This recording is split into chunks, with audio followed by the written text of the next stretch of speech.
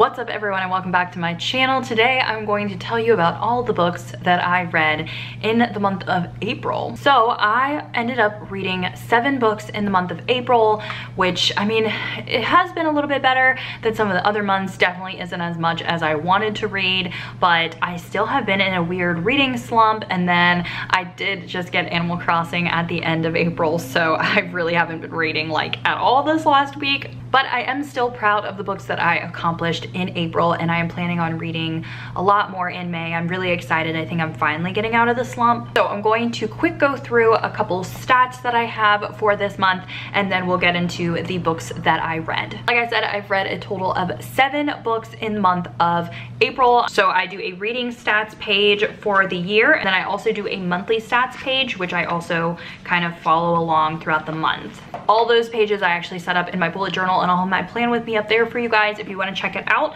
But I've read 2,375 pages in the month of April. So for every single book I had like a copy of the print book, but then I also listened to dry on audio, so I technically read it like half print, half audio, so I count it for both. And then I gave 2 5-star ratings, 2 4-star ratings, there were no 3 stars, and then I had 3 2-star ratings. I did read 1 young adult book this month, which has been my first YA of the whole entire year. And then I read 6 adult books. Then I read 3 thrillers, 1 romance, 1 dystopia, 2 nonfiction, 1 graphic novel. Out of all of those books, 1 of them was an ARC, and out of all of those books, 1 of them I've read from the author before, and the other 6 were all new to me authors, which was actually kind of cool.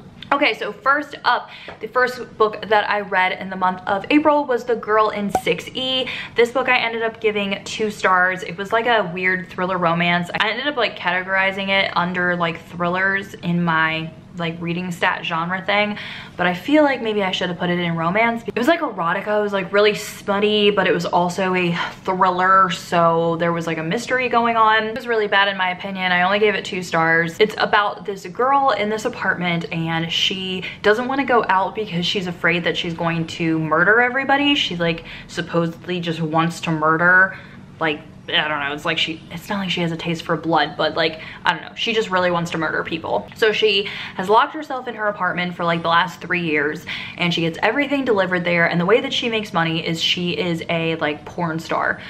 So I don't know, it was really weird and interesting to like read about how she like makes money, and just like that whole like online community, if you want to say that. But the actual like thrilling aspect to me was incredibly stupid, very cheesy, and I just really didn't like it. Like, I don't recommend it. Like, other than the porn star thing, I don't think I even remember what the actual mystery was about. That's how forgettable it was. Next up, I read 3 Blind Dates, and I ended up giving this 2 stars as well. Now, I thought that this one was actually gonna be pretty good because it started out really good. I had done a try chapter with this book like a couple months ago. I think it was in February, and it seemed to be like it was gonna be funny and like quirky and stuff, and it just ended up being really annoying, and the main character was really annoying. So it's about this girl who works as like a talk show host on a morning talk show, and she signs up for this like blind dating thing where like they have like a restaurant. It's like a restaurant,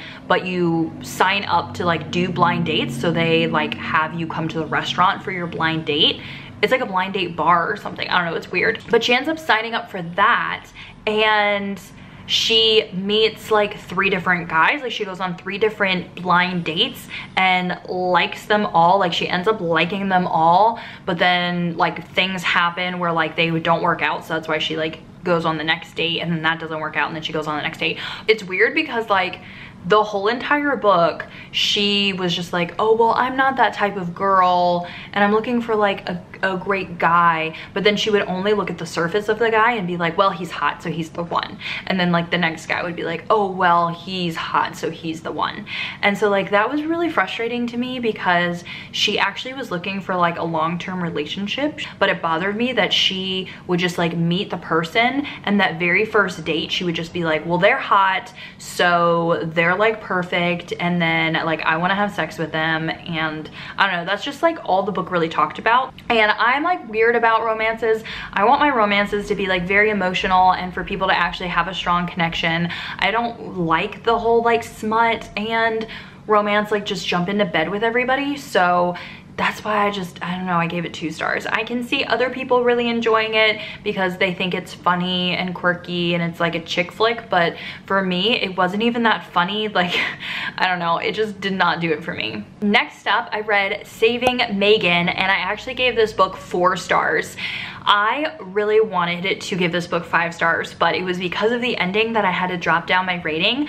I loved this book so much. Like the actual like journey of reading this book, it was so great. I read it in a whole entire day. It's a thriller book that has that like Munchausen by proxy syndrome topic in it. So we're reading about this girl Megan, and she has been sick for the last couple of years of her life. She used to be like really sporty, but she got sick, and now she's like so sick, like she can hardly do anything. And her mom and dad have been trying to like find a cure for her and find what's wrong. The mom definitely has been like really focused about it, and they still haven't found what's wrong. Like everything that comes up, like nothing has been wrong.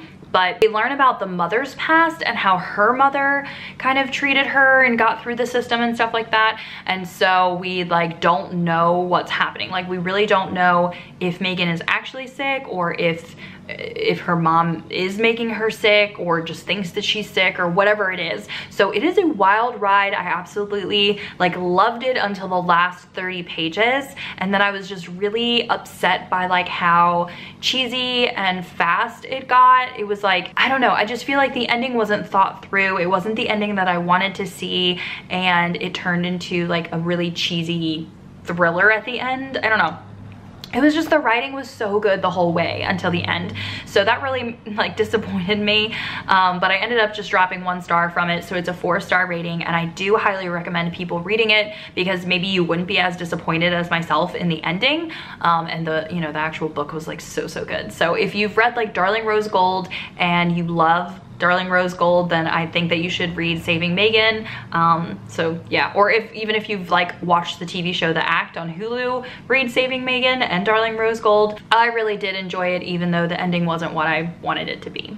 The next book I read was called Healthy Gut, Healthy You. This is just a nonfiction like health book that I read, and it was actually really good. It's all about gut health, and that's something that I have been starting to research and try and fix. Like I've done a bunch of different like Whole30, paleo, stuff like that over the last couple of years. And then I was keto for the last like 2 years, and I really think I have to focus on my gut health. So my sister gave me this book, and I ended up rating it 5 stars because there was so much information. Like I am like a health freak, and so I've read so much health information, but this even had way more information than like other books that I've read, which I really loved. So if you have been looking into fixing your gut health, or you suffer from like SIBO or leaky gut or anything like that, like I highly suggest reading this book because it's great. It has like an 8-step plan for you to do and supplements for you to take, and I really think that it's a helpful resource. Next up is A Quiet Girl in a Noisy World, and I ended up giving this 5 stars. This is my first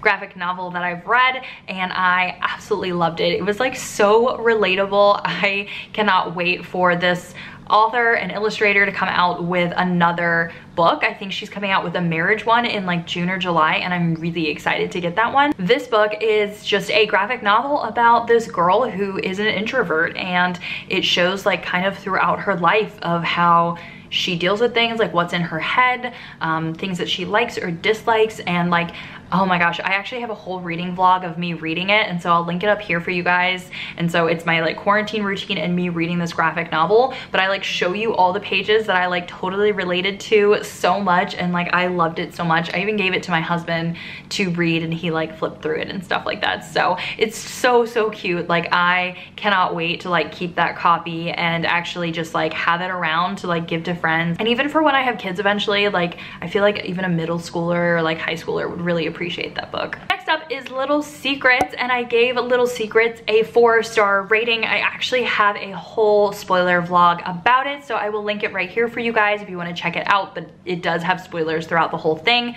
This was an arc that I actually read. Obviously, it did come out before I like read it and posted the vlog, but it was an arc copy that I got gifted. This is a thriller book that I don't really want to say very much about because of the fact that I read the synopsis and I feel like it gave too much away. So this does deal with a mother who lost her child, like her child was kidnapped, and she hires a private investigator in order to find more about her child's case because he's been missing for 16 months. And the private investigator doesn't find anything about the child, but actually finds a lot of other secrets. And so that's all I'm really gonna say about it because I feel like so much of it is given away, like if I say any more. But it's a domestic thriller and it was fast-paced in some areas, slow in some areas, like it wasn't the best thriller out there, but I still think that it was a really good read. And I was definitely shocked, like if you do watch my spoiler vlog, I like included like the actual footage where I was like, there was a twist, what happened? So there were some good twists and turns in there, even though it wasn't like the best thriller ever. But I do think that if you're a thriller lover, you should read it because it was a little bit of a different storyline than what I'm used to. So that was actually really cool to read about. Last but not least, but my last book for April, I ended on such a high note. I read Dry, and this is a YA book that I gave 2 stars to. I actually did a live show with my friend Gwen. We read this book and then we discussed it over on my live show. It was my Booktubers and Brews live show of the month. So if you haven't seen that yet and you've read Dry and you want to like watch the live show because it does have spoilers, I will link that up here for you guys so you can check it out. We talk like all in depth of it because this book, like I didn't give it 2 stars because it was necessarily a bad book like storyline wise. I think the concept of the book is very good. I think it's just because I am not a huge fan of YA. I feel like I just don't really like reading about teenagers running all over the world and stuff like that, like, without their parents. And so to me, it could have been like darker, better, more adultish, if that makes any sense. So that's one of the reasons why I rated it a low star. But this book is really interesting because it's about California when they had this tap out. So it's like this drought that's happening and they end up turning off the river that like they've been getting water from, like the Colorado River. And so California is without water, and within a couple like weeks they don't have any water and people are turning into like water zombies, like not actual zombies, but like, you know, they're desperate for water, so they're doing drastic things to get water. And it's about these kids that are trying to just survive during this time. And so, you know, a lot of people have been giving this book 5 stars. They really like it. It just wasn't for me. It wasn't my type of book because of it being YA, I'm pretty sure. And so, you know, I don't know. It's up to you if you want to read it or not. I'm not going to say that you shouldn't. I'm not going to say it's a bad book because I know a lot of people really loved it. And I think it was just me and my personality. It was just not good enough for me. So those are the 7 books that I actually read and finished. I was 50% through Credence by Penelope Douglas, and I decided to DNF this at 50% because this book is definitely not for me. Like, I like taboo and forbidden romances, but I like them to be like actual true romances and not just like naughty taboo romances, if that makes sense. This is straight up like a porn in a book. I don't know, it's weird. So it just wasn't for me. It ended up being like really weird and uncomfortable, and so I ended up DNFing it at 50%. And so I don't recommend that book if you think that you have the same romance taste as myself.